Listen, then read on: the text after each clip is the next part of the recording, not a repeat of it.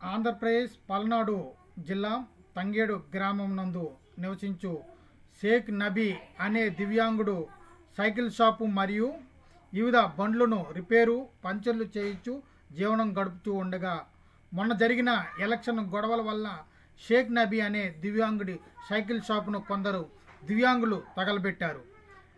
Nabi cycle shop మీద జీవనం కొనసాగిస్తూ ఉన్నాడు. దీంతో జీవనాధారం కోల్పోయాడు. ఈ విషయాన్ని పర్సన్ విత్ డిజైబిలిటీస్ ఫెడరేషన్ ఆంధ్రప్రదేశ్ రాష్ట్ర కమిటీ సభ్యులు ఐడిఈఏ సతీష్ ప్రోద్బలంతో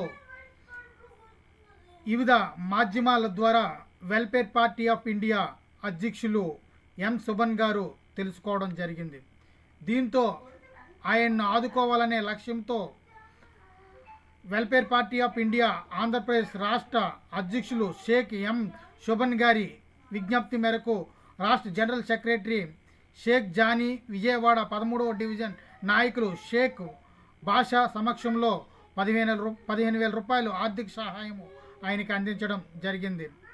అలాగే కెనరా బ్యాంక్ సహాయంతో అతని జీవన విధానానికి కావలసిన వస్తువులను సమకూర్చడం జరిగింది. ఈ కార్యక్రమంలో దివ్యాంగుల నాయకులు సిహెచ్ దుర్గారావు తదితరులు పాల్గొన్నారు.